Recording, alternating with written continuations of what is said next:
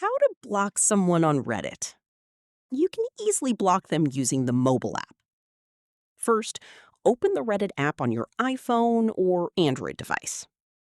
Now, go to the profile of the user you want to block. You can do this by tapping their username from a post or comment. Once you're on their profile, tap the three dots menu icon in the top corner. From the menu, select Block Account. A confirmation message will appear explaining what happens when you block a user. This means they won't be able to message you, view your profile, or interact with your posts. Tap Yes, Block to confirm. Once done, the user will be immediately blocked from your account.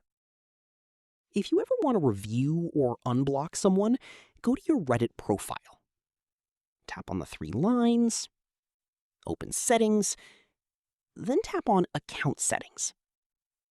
Then find Manage Blocked Accounts and tap on it. From there, you can see all blocked users and tap Unblock next to any name to remove the restriction. But you will not see it on my screen because I have not blocked anyone. And that's how you block and unblock someone on Reddit using the mobile app.